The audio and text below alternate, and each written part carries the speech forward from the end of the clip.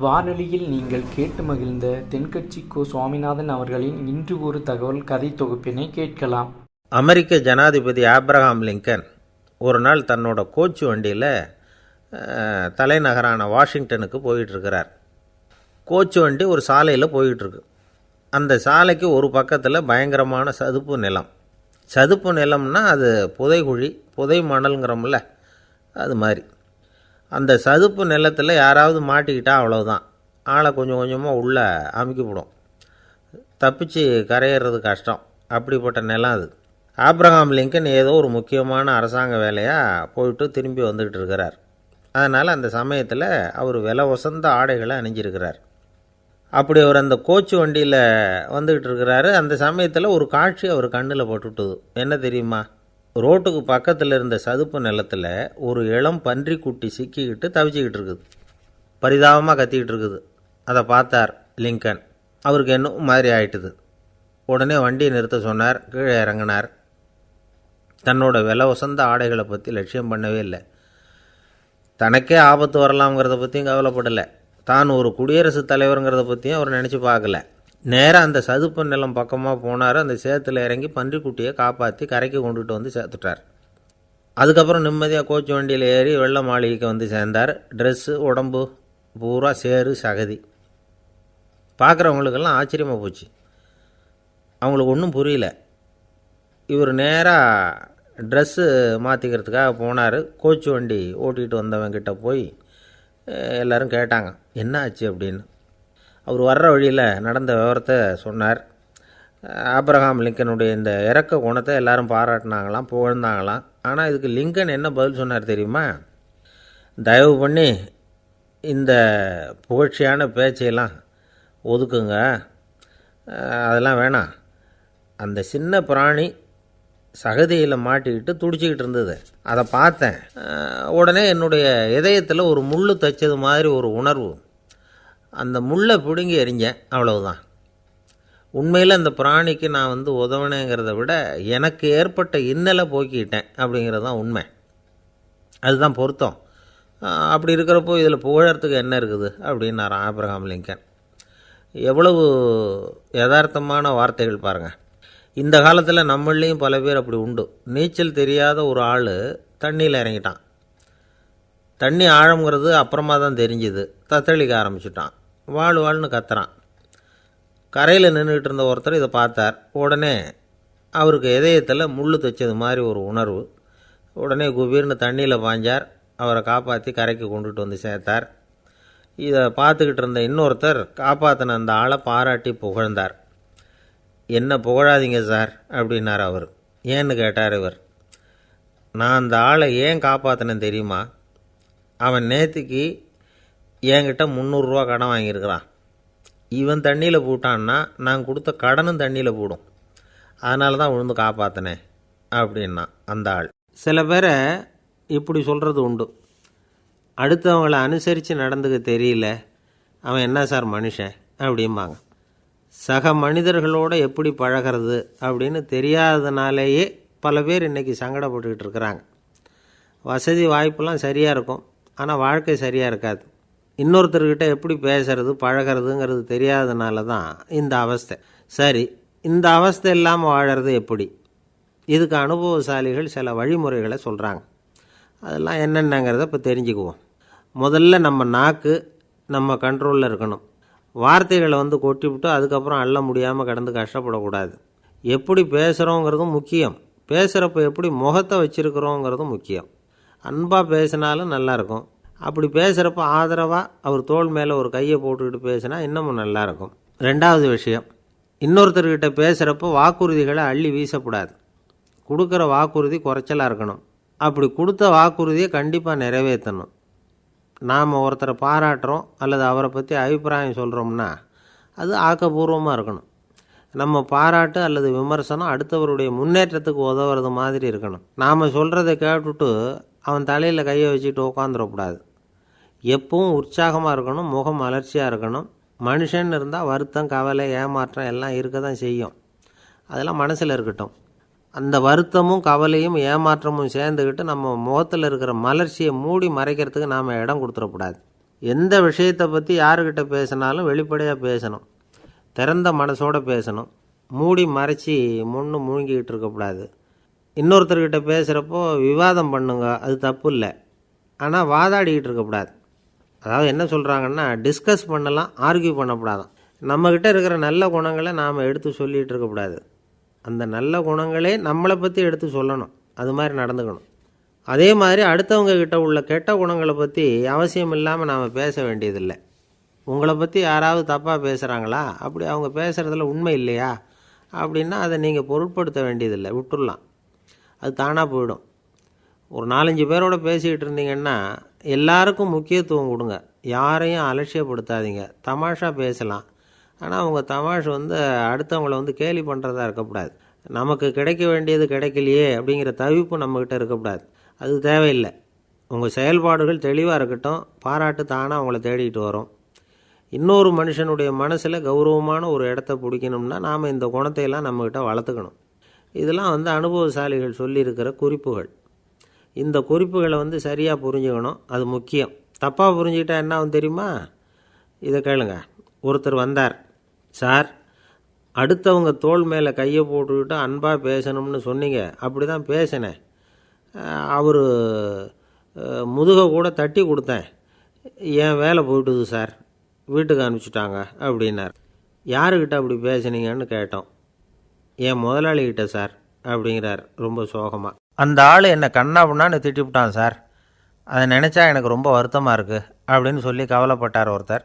இதில் கவலைப்படுறதுக்கு என்ன இருக்குது அப்படின்னார் ஒரு பெரியவர். அவர் ஒரு மகான். என்ன சார் இப்படி சொல்கிறீங்க, ஒருத்தர் நம்ம பார்த்து திட்டுனா வருத்தமாக இருக்காதா அப்படின்னார். அது எப்படி வருத்தமாக இருக்கும், திட்டுறதுங்கிறது என்ன, அது வெறும் சத்தம் தானே அப்படின்னார் அந்த பெரியவர். நம்ம ஆளுக்கு தலையை பிச்சுக்கலாம் போல் இருந்தது. இருக்காது அப்படின்னா நமக்கே அப்படி தானே தோணுது. அந்த பெரியவர் சொல்கிறது ரொம்ப பெரிய விஷயம், அதை நாம் புரிஞ்சிக்க முயற்சி பண்ணலாம்னா நடைமுறை வாழ்க்கைக்கு அது ஒத்து வர்றது மாதிரி தெரிய மாட்டேங்குது. இருந்தாலும் அந்த பெரியவர் அதுக்கு என்ன தான் விளக்கம் கொடுக்குறாருன்னு பார்ப்போமே. ஒரு ரயில் போயிட்டுருக்கு, அதில் ஒரு சாது போயிட்டுருக்கார்.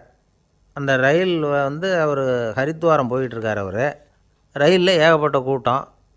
நம்ம ஊர் ரயில் கேட்க வேணும், டிக்கெட் வாங்கிட்டு கொஞ்சம் பேர், வாங்காத கொஞ்சம் பேர். அது என்னத்துக்கு அனாவசியமாக டிக்கெட் அப்படிங்கிற நினப்பில் பாதி பேர். இந்த கூட்டத்துக்கு மத்தியில் அந்த சாதுவும் போயிட்டுருக்கிறார். உட்கார்றதுக்காக இருந்த இடத்துல ஒரு ஆள் படுத்துருக்கிறான், கொஞ்சம் முரட்டு ஆசாமி. அவன் கால் பக்கத்தில் கொஞ்சோண்டு இடம் பாக்கி இருந்தது. அந்த இடத்துல இந்த சாது உட்காந்துருந்தார், மெதுவாக உட்காந்துக்கிட்டார் போய். ஆனால் அந்த ஆள் ராத்திரி பூரா இவரை காலால் உதச்சிக்கிட்டே இருக்கிறான். அது இவருக்கு ரொம்ப அவமானமாக பட்டுது, அதனால் துக்கம் ஏற்பட்டுது. இருந்தாலும் அதை ஒரு மாதிரியாக சகிச்சுக்கிட்டே இவர் சேர்ந்தார். பொழுது விடிஞ்சது. அந்த சாது ஹரித்வார் சேர்ந்தார். அங்கே ஒரு பெரிய ஞானியை சந்தித்தார்.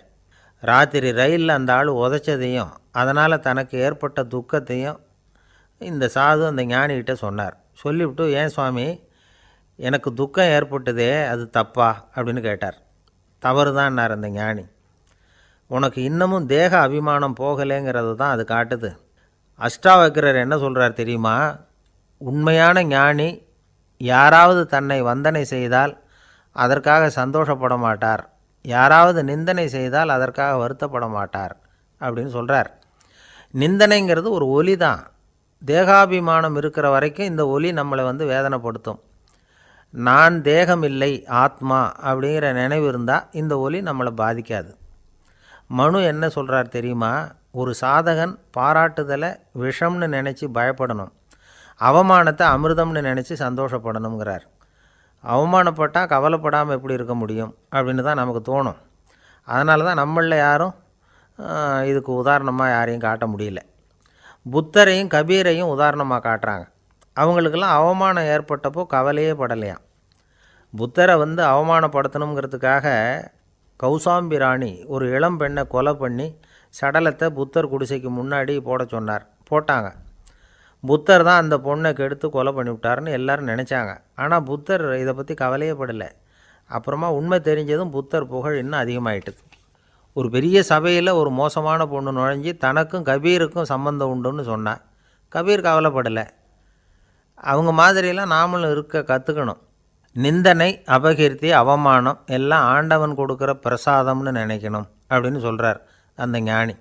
இதை கேட்ட இந்த காலத்து ஆசாமி ஒருத்தர், நான் கூட அப்படி தான் சார், யாராவது அவமானப்படுத்தினா கவலைப்பட மாட்டேன். நேற்று கூட ஒருத்தர் என்ன பலார்னு அரைஞ்சுட்டார், நான் கொஞ்சம் கூட கவலைப்படலை, பேசாமல் வந்துட்டேன்னார். ஏன் அப்படி வந்துட்டீங்க அப்படின்னேன். அவர் அரைஞ்சதுலேயும் ஒரு அர்த்தம் இருந்தது, அதனால தான் அப்படி வந்துட்டேன்னார். ஏன் அரைஞ்சாருன்னு கேட்டேன்.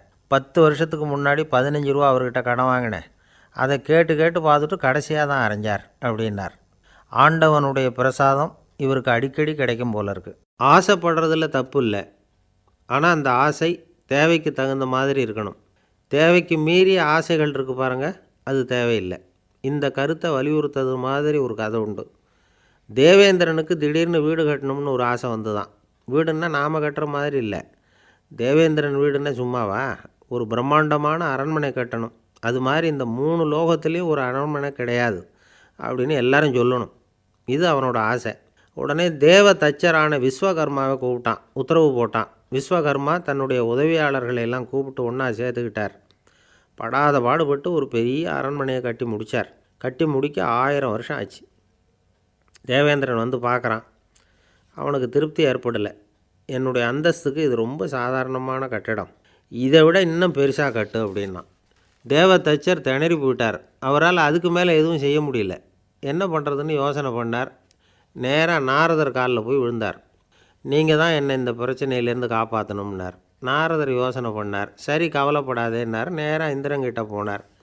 இந்திரன் வந்து நாரதரை பார்த்த உடனே வாங்கன்னு கூட்டிகிட்டு போய் அரண்மனையை காட்டினான். இது மாதிரி ஒரு அரண்மனையை நீங்கள் வேறு எங்கேயாவது பார்த்துருக்குறீங்களா அப்படின்னு ரொம்ப பெருமையாக கேட்டான். நான் பார்த்ததில்லை, ஆனால் என்னை விட வயசில் மூத்தவர் மகரிஷி லோமேசர், அவர் ஒரு வேளை பார்த்துருக்கிறாரா என்னமோ அப்படின்னார்.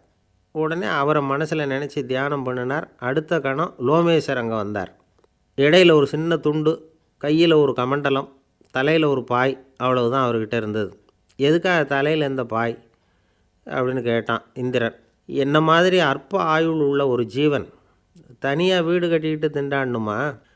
இந்த பாய் தான் ஒரு வீடு மாதிரி எனக்கு நிழல் கொடுக்குது அப்படின்னார் அவர். என்னது, உங்களுக்கு வந்து அவ்வளவு கொஞ்சமான ஆயுளா அப்படின்னு ஆச்சரியத்தோடு கேட்டான் இந்திரன். ஆமாம், இதை பாரு, என்னுடைய மார்பில் ஒரு பொற்காசு அளவுக்கு ரோமம் உதிர்ந்துட்டுது.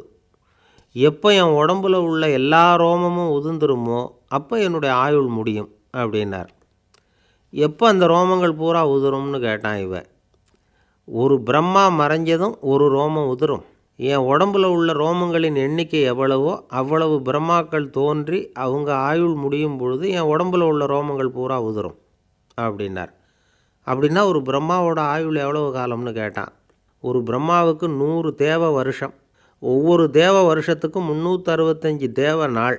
ஒவ்வொரு தேவ நாள்லேயும் ஒன்றை மாதிரி 14 இந்திரர்கள் தோன்றி மறைகிறாங்க அப்படின்னு மகரிஷி லோமேசர் சொல்கிறார். இதை கேட்டதும் இந்திரன் ஆடி போயிட்டான். அவ்வளவு ஆயுள் உள்ள இவரே அற்ப ஆயுள்னு சொல்கிறார். நான் என்னுடைய ஆயுளை பெருசாக நினச்சிக்கிட்டு பிரம்மாண்டமான அரண்மனை கட்டணும்னு ஆசைப்படுறேனே அப்படின்னு நினச்சான். எனக்கு வீடு கட்டின வரைக்கும் போதும்னு விட்டான். அதனால் நாமெல்லாம் நம்முடைய தேவைக்கு தகுந்த மாதிரி ஆசைப்படுறது தான் நியாயம். ஆனால் அப்படியே நடந்துக்கிறோம். மனுஷன் வந்து கடவுளையே ஏமாற்றி காசு வாங்கிறதுக்குள்ள ஆசைப்படுறான். ஒருத்தன் கடவுளை நினச்சி தவம் இருந்தான். கடவுள் நேரில் வந்தார்.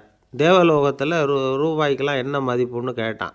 அங்கெல்லாம் ரூபாய்ங்கிறது உங்கள் பணத்தில் 1 கோடி ரூபாய்க்கு சமம். அதாவது தேவலோகத்தில் 1 ரூபான்னா இங்கே 1 கோடி ரூபா. அது மாதிரி எங்களுக்கு ஒரு நாளுங்கிறது உங்கள் கணக்கில் 1 கோடி வருஷத்துக்கு சமம் அப்படின்னார் கடவுள். அப்படின்னா எனக்கு நீங்கள் அதிகமாக எதுவும் தர வேணாம், உங்கள் கணக்குப்படி ஒரே 1 ரூபா கொடுங்க, அது போதும்னா இவன் ரொம்ப சாமர்த்தியமாக. கடவுள் யோசனை பண்ணார். அது ஒன்றும் கஷ்டம் இல்லை, 1 ரூபா தானே கேட்குற, கொடுத்துட்றேன். ஆனால் இப்போ வரும்பொழுது நான் எடுத்துக்கிட்டு வரல, எங்கள் கணக்குப்படியே 1 நாள் பொறுத்துக்க பணத்தோடு வந்துடுறேன் அப்படின்னு சொல்லிவிட்டு பறந்து போயிட்டார். ஒரு ஆஃபீஸில் வேலை பார்க்குற ஒருத்தர் ஏதோ தப்பு பண்ணிவிட்டார். உடனே மேல் அதிகாரி அவரை கூப்பிட்டு அனுப்புனார். நீ செஞ்சது தப்புன்னார் கோபமாக. இது ஒரு ரகம். சில அதிகாரிகள் இப்படி நீங்கள் செஞ்சது தப்புன்னு சொல்கிறதில்ல, நீங்கள் செஞ்சது சரி அப்படின்னு சொல்கிறதில்ல. எப்படி சொல்லுவாங்கன்னா, நீங்கள் செஞ்சது வந்து சரியில்லைன்னு நான் நினைக்கிறேன் அப்படின்னு சொல்லுவாங்களாம். அதாவது சில பேர் வந்து நீங்கள் செஞ்சது தப்புங்கிறாங்க, அதையே மாற்றி சொல்கிறார் இவர், நீங்கள் செஞ்சது சரியில்லைன்னு நினைக்கிறேன் இது ரெண்டும் வந்து அர்த்தம் ஒன்று தான், இருந்தாலும் வார்த்தைகள் வித்தியாசம். நிர்வாக திறமை இல்லாத ஒரு அதிகாரி யூ ஆர் ராங் அப்படின்னு சொல்லுவாராம். நிர்வாக திறமை உள்ள அதிகாரியாக இருந்தால் அதையே கொஞ்சம் மாற்றி I think you are not correct அப்படிம்பாரான். இதுதான் வித்தியாசம். இருந்தாலும் வார்த்தைகளை உபயோகப்படுத்துகிற விதத்தை வச்சு தான் வேலை நல்லா நடக்கிறதும் நடக்காததும் இருக்குது. விவரம் தெரிஞ்சவங்க என்ன சொல்கிறாங்க தெரியுமா? Be a leader not a boss அப்படிங்கிறாங்க. ஒரு லீடராக இரு, பாஸாக இருக்காதே அப்படிங்கிறாங்க. சரி, அப்படின்னா லீடருக்கும் பாஸுக்கும் வித்தியாசம் உண்டா அப்படின்னு கேட்டால் இருக்குன்னு சொல்கிறாங்க. லீடருங்கிறவர் வேறு, பாஸுங்கிறவர் வேறு. ஒரு லீடர் எப்படி நடந்துக்குவார், ஒரு பாஸ் எப்படி நடந்துக்குவார், இதை முதல்ல நாம் தெரிஞ்சுக்கணும். அவங்க எப்படி நடந்துக்குவாங்க அப்படிங்கிறதுக்கு சில விவரங்கள் இருக்குது. அதை கேட்டோம்னா நாம் புரிஞ்சுக்கலாம் அதை. அதாவது பாஸுங்கிறவர் விரட்டிக்கிட்டே இருப்பார், லீடருங்கிறவர் ஊக்கப்படுத்திக்கிட்டே இருப்பார். நாளைக்கு சாயந்தரத்துக்குள்ளே அந்த வேலையை செஞ்சு முடிக்கலைன்னா தொலைச்சி விடுவோம் தொலைச்சி அப்படிம்பார் அவர். இவர் எப்படி சொல்லுவார்னா, இது வரைக்கும் நீங்கள் செஞ்சுருக்கிற வேலை ரொம்ப அற்புதம் அப்படிம்பார். பாஸுங்கிறவர் அதிகாரத்தை நம்பி செயல்படுறவர், லீடருங்கிறவர் நல்லெண்ணத்தை நம்பி செயல்படுறவர். நம்மக்கிட்ட அதிகாரம் இருக்குது, பவர் இருக்குது, அதனால் காரியத்தை சாதிச்சுடலாம் அப்படின்னு நினைக்கிறவர் அவர். மற்றவங்கக்கிட்ட ஒரு நல்ல அபிப்பிராயத்தை சம்பாதிச்சுக்கிட்டு அது மூலமாக காரியங்களை சாதிக்கிறவர் இவர். பாஸுங்கிறவர் பயத்தை உண்டு பண்ணுவார், லீடருங்கிறவர் அன்பை பரவ செய்வார். அதை செய்யலைன்னா ஆடிட்டில் தகராறாயிடும், இது செய்யலைன்னா இன்க்ரிமெண்ட்டு கட் ஆகிடும், இப்படி ஏதாவது சொல்லி பயமுறுத்திக்கிட்டே இருப்பார் அவர். இவர் அப்படி இல்லை. உடம்பு இப்படி இருக்குது, வீட்டில் எல்லோரும் சௌக்கியமாக இருக்கிறாங்களா, ஆஃபீஸில் எல்லாம் வசதியாக இருக்குதா, நான் ஏதாவது உதவி செய்யணுமா அப்படின்னு அன்புக்கு முக்கியத்துவம் கொடுப்பார். பாஸுங்கிறவர் எதுக்கெடுத்தாலும் நான் சொல்லிகிட்டு இருப்பார், லீடருங்கிறவர் நாமன்னு சொல்லிகிட்டு இருப்பார். பாஸுங்கிறவர் தப்புக்கு காரணம் யாருன்னு பார்ப்பார், லீடருங்கிறவர் தப்பு என்னன்னு பார்ப்பார். இதுதான் ரெண்டு பேருக்கு வித்தியாசம். The boss shows who is wrong, the leader shows what is wrong அப்படின்னு சொல்லுவாங்க. இந்த காரியம் எப்படி செய்யப்பட்டிருக்கு அப்படின்னு தெரிஞ்சுக்கிறவர் பாஸ். இந்த காரியத்தை எப்படி செய்யணும்னு செஞ்சு காட்டுறவர் லீடர். பாஸுங்கிறவர் பணியாளர்களை திட்டுவார், லீடர் மரியாதைக்குரியவராக நடத்துவார், அதுக்குரியவராக அவர் நடந்துக்குவார். செய்கிற வேலையை ஒரு சுமையாக நினைக்க வைக்கிறவர் பாஸ், செய்கிற வேலையை ஒரு சந்தோஷமாக ஆக்கிறவர் லீடர். ஒரு முதலாளியாக இருக்கிறவர் அல்லது ஒரு நிர்வாகியாக இருக்கிறவர் இது மாதிரியான நுணுக்கங்களையெல்லாம் தெரிஞ்சு வச்சுக்கிறது நல்லது. ஒரு பாஸ் இருக்கார், அவர் ஒரு நாள் ரொம்ப பெருமையாக தன்னோட ஆஃபீஸை பற்றி பேசிக்கிட்டு இருந்தார். எனக்கு கீழே 200 பேர் வேலை செய்கிறாங்க சார், நான் ஒரு கோடு கிழிச்சா அவங்க அதை தாண்டாத அளவுக்கு நான் நடந்துக்கிறேன் சார் அப்படின்னார் அவர். அது எப்படி முடியுது உங்களால் அப்படின்னு கேட்டோம். நான் கோடே கிழிக்கிறதில்ல சார் அப்படின்னார். ஊருக்கு வெளியில் அமைதியான ஒரு இடம், அங்கே ஒரு ஆசிரமம், அங்கே ஒரு சாமியார், அவர் தினமும் நல்ல போதனைகள்லாம் செய்வார். பல பேர் போய் அங்கேயே சில நாள் தங்கியிருந்து அவர் சொல்கிற அறிவுரைகளை எல்லாம் கேட்டுக்கிட்டு வர்றது வழக்கம். ஒரு தடவை அவரை பார்த்துட்டு போகிறதுக்காக 3 வெளியூர் தம்பதிகள் வந்தாங்களாம். அந்த மடத்திலேயே சாப்பிட்டுக்கிட்டு தங்கியிருந்து அவங்களுடைய போதனைகளை கேட்டுக்கிட்டு போகணுங்கிறது அவங்க நோக்கம். காலையில் குளிச்சுட்டு பூஜையில் உட்காந்தார் அந்த சுவாமி. இவங்களும் குளிச்சுட்டு அந்த பூஜையை பார்க்குறதுக்காக அவர் முன்னாடி உட்காந்தாங்க. பூஜை ஆரம்பமாச்சு. சம்பிரதாயப்படி அது ரொம்ப நேரம் நடந்துக்கிட்டே இருக்குது. இவங்களுக்கு நல்ல பசி இருந்தாலும் இந்த நேரத்தில் அதை எப்படி வெளியில் காட்டிக்கிறது? பேசாமல் இருந்தாங்க. அந்த சுவாமி பூஜையை முடித்தார். அதுக்கப்புறம் பேச ஆரம்பித்தார். பேச்சு அருமையாக தான் இருந்தது, அமிர்தமாக தான் இருந்தது. இருந்தாலும் இவங்களுக்கு இருக்கிற வயிற்று பசி அது சரியாக கவனிக்க விடலை. அந்த சுவாமியே இதை கவனித்ததாக தெரியல. இவங்களுக்கு மனசுக்குள்ளே ஒரு எண்ணம், உள்ளே சாப்பாடு தயாராகிட்டு இருக்கும் போல இருக்குது, இந்த பேச்சு முடிஞ்சதும் நம்மளை உள்ளே அழைச்சிட்டு போய் சாப்பாடு போடுவாங்கன்னு நினைக்கிறோம் அப்படின்னு இவங்களாம் நினச்சிக்கிட்டாங்க. ஆனால் சுவாமி இதை பற்றி எதுவுமே பேசலை, கண்டுக்கலை. ஒரு அம்மாவால் அதுக்கு மேலே சும்மா இருக்க முடியுமா? முடியல. சாப்பாட்டை கவனிக்கலாமா அப்படின்னு சொல்லி மெதுவாக ஆரம்பித்தாங்க. கவனிக்கலாமே அப்படின்னு உள்ளே அழைச்சிட்டு போனார் சுவாமி. இவங்க ரொம்ப அவசரமாக எழுந்திரிச்சு உள்ளே ஓடினாங்க. அங்கே ஒரு மேஜை மேலே ஒரு கிண்ணம் மூடி இருந்தது. இதுதான் சாப்பாட்டு மேஜை போல் இருக்குது, இங்கே சாப்பாடு வந்துடும் அப்படின்னு நினச்சாங்க. உடனே போய் சுற்றி உட்காந்துக்கிட்டாங்க. சுவாமி அந்த கிண்ணத்தை எடுத்து அந்த அம்மா கிட்ட கொடுத்தார். அவங்க அதை வாங்கி மூடியை திறந்து பார்க்குறாங்க. உள்ளே ஒரு சாவி இருக்குது. சரிதான், இது சமையலறை சாவி போல் இருக்குது, அங்கே போய் அதை திறந்து சாப்பாட்டை நாமே எடுத்துக்கிட்டு இங்கே வச்சுக்கிட்டு சாப்பிட்ணும் போல இருக்குது அப்படின்னு நினச்சாங்க. சாவி இருக்கு இல்லையா, வாங்க பூட்டின அறையை காட்டுறேன் அப்படின்னு சுவாமி அவங்கள அழைச்சிட்டு போனார், காட்டினார். இவங்க அந்த அறையை ரொம்ப ஆவலோடு திறந்தாங்க. உள்ளே பார்த்தா அங்கே அரிசி, பருப்பு, விதவிதமான காய்கறி எல்லாம் இருக்குது. சமையலுக்கு வேண்டிய மிளகாய், எண்ணெய், பால், தயிர், நெய் இப்படி எல்லாமே இருக்குது. அடுப்பு, விறகு, நெருப்பு போட்டி அது கூட அங்கே இருக்குது. சாப்பாடு தயாராக இருக்கும்னு நினச்சிக்கிட்டு போனால் இப்படி இருக்குதே அப்படின்னு சொல்லி அதை பார்த்ததும் ரொம்ப சோர்ந்து போட்டாங்க அவங்க. சுவாமி, என்ன இது சாப்பாடு இல்லையா அப்படின்னாங்க. அதுதான் சாப்பாட்டுக்கு வேண்டிய எல்லாம் இங்கே இருக்குதே. அடுப்பு மூட்டி நீங்கள் தான் அவங்கவுங்க ருசிக்கு தகுந்த மாதிரி சமைச்சிக்கணும். இந்த சன்னியாசிக்கு எப்படி சமைக்க தெரியும் அப்படின்னு கேட்டார் சுவாமி. சாப்பாடு தயாராக இருக்கும்னு நாங்கள் எதிர்பார்த்தோம் அப்படின்னாங்க. நீங்கள் இப்படி சொல்லுவீங்கன்னு நானும் எதிர்பார்த்தேன். இது வரைக்கும் நான் எவ்வளவோ தத்துவம்லாம் எடுத்து சொன்னேன். எல்லாத்தையும் விட இதுதான் அனுபவபூர்வமான தத்துவம். ஆண்டவன் நமக்கு நல்ல மனசை கொடுத்துருக்குறான், நல்ல வாய்ப்புகளையும் தந்திருக்கிறான், அதையெல்லாம் பயன்படுத்திக்கக்கூடிய மூளையையும் சிந்தனையையும் கொடுத்துருக்குறான். அதனால் அடுப்பை தான் நீங்கள் மூட்டணும். அடுப்பை நீங்கள் தான் மூட்டணும். உங்களுக்கு உகந்ததை நீங்கள் தான் சமைச்சு ருசித்து அனுபவிக்கணும். ஆண்டவனே அதை செஞ்சிகிட்டு இருக்க மாட்டான் அப்படின்னாராம் அந்த சுவாமி. நம்முடைய வாழ்க்கையில் பல நல்ல பலன்களை பெறுறதுக்கு நாம் தான் முயற்சி பண்ணணும். அதுக்குரிய சூழ்நிலையை தான் ஆண்டவன் கொடுப்பானே தவிர அதை விளக்கிறதுக்காக தான் அந்த சுவாமி அப்படி செஞ்சு காட்டியிருக்கிறார். இது ஒரு பெரியவர் இப்படி ஒரு விளக்கம் கொடுத்தார். அதுக்கப்புறம் அந்த 3 தம்பதிகளும் தெளிவடைஞ்சுட்டாங்களாம். நாம் தெளிவடைகிறது எப்போங்கிறது தான் தெரியல அப்படின்னு பல பேர் இதை கேட்டுட்டு சொல்லிகிட்டு இருக்கிறாங்க. இந்த கதையை நம்முடைய நண்பர் ஒருத்தர்கிட்ட சொன்னேன். அந்த நண்பர் ரொம்ப சந்தோஷப்பட்டார். நீங்கள் சொல்கிறது கரெக்டு சார், ஆனால் நான் அதை விட ஒரு படி மேலே சார்.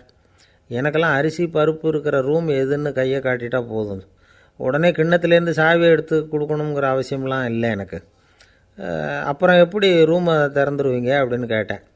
பூட்டை உடைச்சி திறந்துருவேன், அதுதான் எனக்கு பழக்கம் அப்படிங்கிறார். பிரம்மத்தை அறிந்தவன் பிரம்மமாகிறான் அப்படின்னு ஒரு பெரியவர் பேசினார் ஒரு கோவிலில்.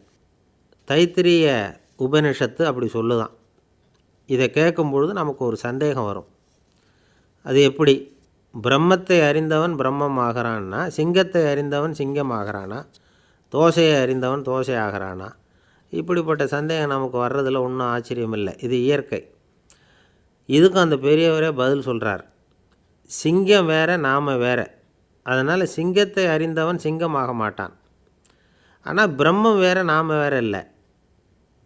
அதனால் பிரம்மத்தை அறிந்தவன் பிரம்மமாகிறான் அப்படிங்கிறது அவரோட விளக்கம்.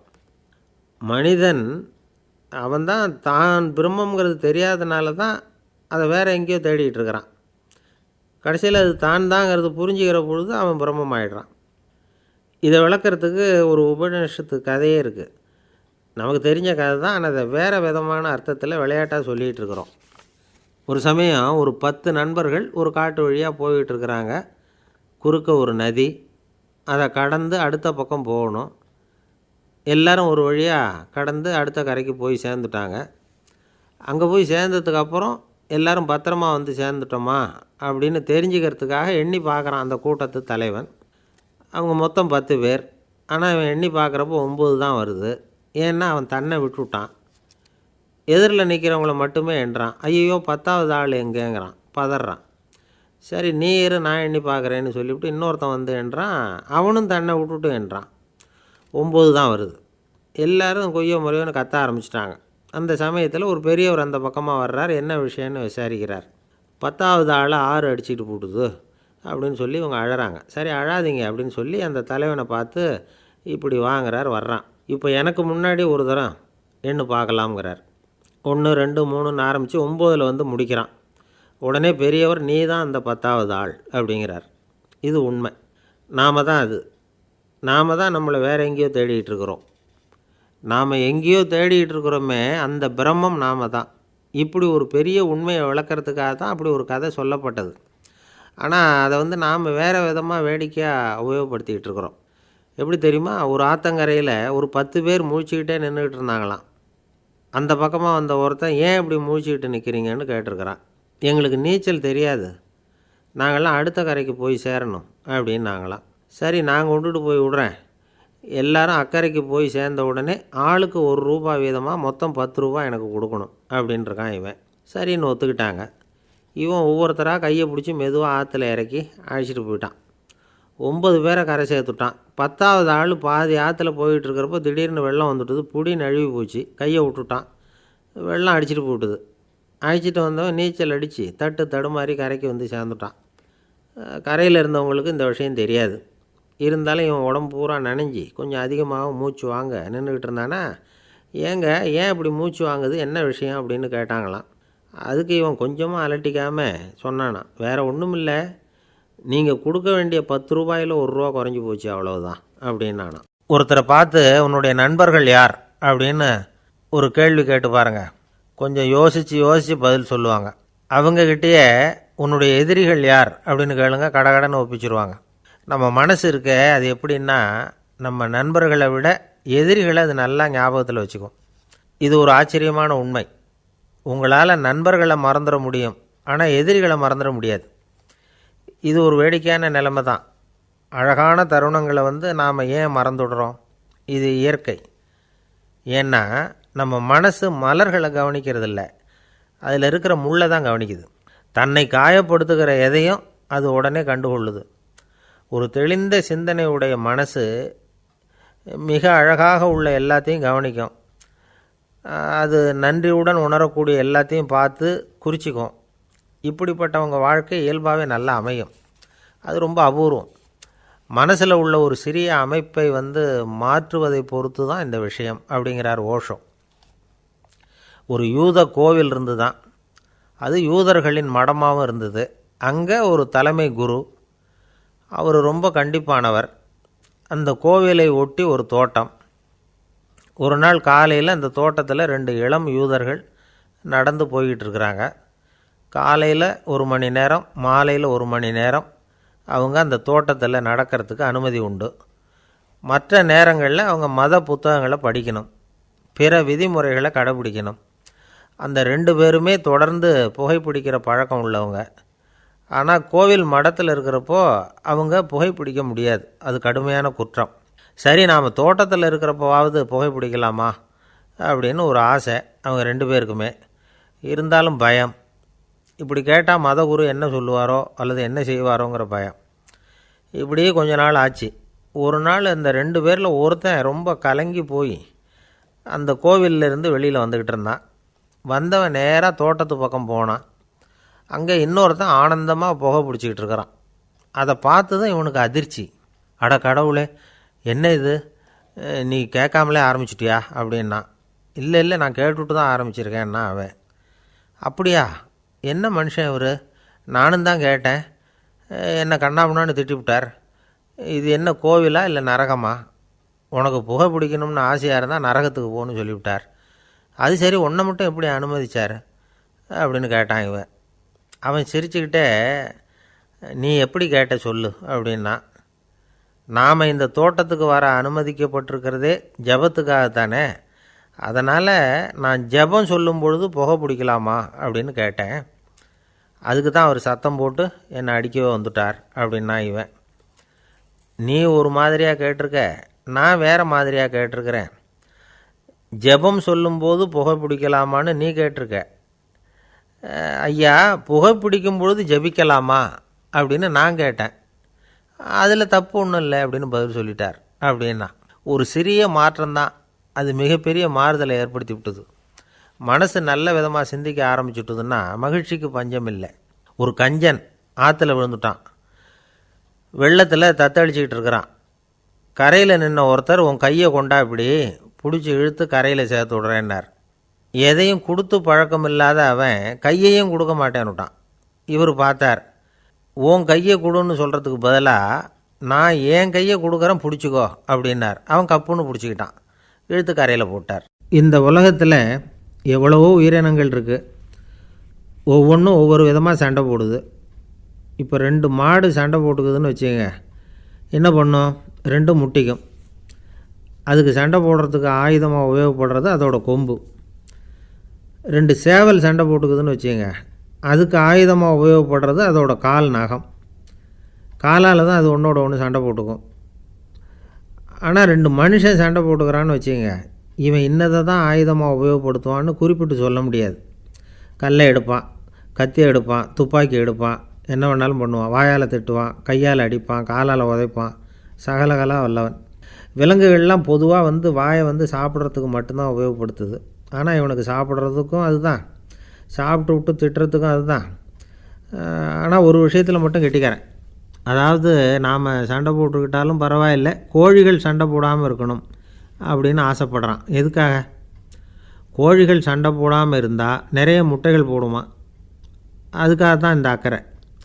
கோழி பண்ணை வச்சுருக்கிறவங்களுக்கு இது ஒரு பெரிய பிரச்சனை. அதாவது பண்ணையில் இருக்கிற கோழிகளுக்குள்ளே அடிக்கடி சண்டை வந்துடும். அதனால் முட்டை உற்பத்தி குறைஞ்சிரும். சரி, இதுக்கு என்ன பண்ணுறது? பண்ணையில் போய் உட்காந்துக்கிட்டு தினமும் பஞ்சாயத்து பேசிகிட்டு இருக்க முடியுமா? அமெரிக்காவில் கோழி பண்ணை வச்சுருக்கிற ஒருத்தர் இதை பற்றி யோசனை பண்ணி பார்த்தாராம். ஒரு வழியையும் கண்டுபிடிச்சிருக்கார். கோழிக்கெல்லாம் மூக்கு கண்ணாடி மாட்டி விட்டுட்டோம்னா அது சண்டை போடுற குணம் குறைஞ்சிரும், முட்டை அதிகமாகிடும். அந்த கண்ணாடியில் உள்ள லென்ஸு சிவப்பு நிறத்தில் இருக்கணும், அவ்வளவுதான் அப்படின்னு அவர் கண்டுபிடிச்சாராம். இது ஏற்கனவே நடைமுறையில் கண்டுபிடிக்கப்பட்ட ஒரு விஷயம். ஆனால் எல்லா கோழிக்கும் சிவப்பு மூக்கு கண்ணாடி எப்படி மாட்டி விடுறது? அப்படியே மாட்டி விட்டாலும் அது நழுவாமல் இருக்கணுமே. இப்போ நாமெல்லாம் நடு விரலால் மூக்கு கண்ணாடி நடுவில் தொட்டு அப்படி ஸ்டைலாக சரி பண்ணிக்கிறோம். அது மாதிரி கோழி எப்படி சரி பண்ணிக்கும்?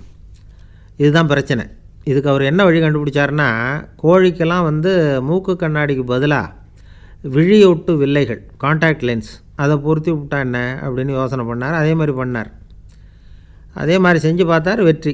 அதுக்கப்புறம் கோழியெல்லாம் சண்டை போட்டுக்கலையாம், சமாதான பிரியர்கள் ஆகிட்டு தான். கோழிகளுக்கு இயல்பாகவே சண்டை போடுற குணம் உண்டு. ஆனால் அதோட கண்ணுக்கு பார்க்குற பொருள்லாம் ரோஜா நிறத்துலையோ அல்லது இன்னும் சொல்லப்போனால் அழுத்தமான சிவப்பு நிறத்துலையோ தெரிஞ்சதுன்னா சண்டை போடுற குணம் குறைஞ்சிருதான். அந்த சமயத்தில் அது அதிகமாகவும் முட்டையிட ஆரம்பிச்சுடுதான். அதே நேரத்தில் இறை எடுக்கிறத கூட குறைச்சிக்குதான். இது ஏன் இப்படி பண்ணுதுங்கிறது விஞ்ஞானிகளுக்கு இன்னமும் புரியலையா. எப்படியோ அமெரிக்க கோழிகள்லாம் கான்டாக்ட் லென்ஸ் பொருத்திக்க ஆரம்பித்தாச்சு. கோழி கழுத்தை பிடிச்சிக்கிட்டு ஒரு சில வினாடிகளில் அதை பொருத்தி விட்றாங்களாம். கோழியோட ஆயுள் பூரா அது அப்படியே இருக்குமா. பண்ணையில் முட்டை உற்பத்தி குறைஞ்சா இது மாதிரி விஞ்ஞானபூர்வமாக பரிகாரம் தேடுறது தான் நல்லது. நமக்கு வேண்டியப்பட்ட ஒருத்தர், அவர் ஒரு கோழி பண்ணை வச்சுருந்தார். அந்த பண்ணையில் பாதி கோழி திடீர்னு செத்து போச்சு. உடனே ஒரு கால்நடை மருத்துவர்கிட்ட போக வேண்டியது தானே. அங்கே போகல. உள்ளூரில் மந்திரம் பண்ணிகிட்டு இருந்த ஒரு சாமியார்கிட்ட போனார். அவர் காலில் விழுந்தார். சாமி, என் பண்ணையில் பாதி கோழி செத்து போட்டுதுன்னார். சாமியார் யோசனை பண்ணார். சரி, பண்ணையில் வாசப்படி கிழக்கு பக்கமாக வச்சுருக்கியா மேற்கு பக்கமாக வச்சுருக்கியான்னு கேட்டார். கிழக்கு பக்கமாக இருக்குன்னார் அவர். அதுதான் தப்பு, மேற்கு பக்கமாக அதை மாற்று, சரியாக போடும்னாராம். அதே போல் இவர் போய் மாற்றிவிட்டார். அப்பவும் பாதி செத்து போச்சு. மறுபடியும் சொன்னார், சாமி மறுபடியும் பாதி கோழி செத்து போட்டுதேன்னார். சரி, கூரை எப்படி போட்டிருக்க, ஓடு போட்டிருக்கியா இல்லை கீத்து போட்டிருக்கியான்னார். ஓடு போட்டிருக்கேன்னாராம் அவர். அதுதான் தப்பு, அது கீத்து போட்டுரும், சரியாக போடும்னாராம். சரின்னு போய் அதையும் மாற்றி பார்த்தார். மறுபடியும் போயிட்டுது, கோழி செத்து போச்சு. வந்தார். மறுபடியும் பாதி செத்து போச்சு சாமின்னு வந்தார். இவரும் யோசனையை மாற்றி மாற்றி சொல்லிகிட்டே இருக்கிறார். இப்படி அவரும் மாற்றி மாற்றி பார்த்தார். 6வது தடவையாக அவரை தேடிட்டு வந்தார். அந்த சமயத்தில் இவர் ரொம்ப தீவிரமாக யோசனை பண்ணி பார்த்துட்டு, அது சரிப்பா, நீயும் என்கிட்ட சளைக்காமல் வந்துக்கிட்டு இருக்கிற, நானும் யோசனை சொல்லிகிட்டு இருக்கேன். இப்போவும் உங்ககிட்ட சொல்கிறதுக்கு என்கிட்ட யோசனை நிறையா இருக்குது. ஆனால் சோதிக்கிறதுக்கு உங்ககிட்ட கோழி இல்லையே, என்ன பண்ணுறது அப்படின்னாராம் இவர்.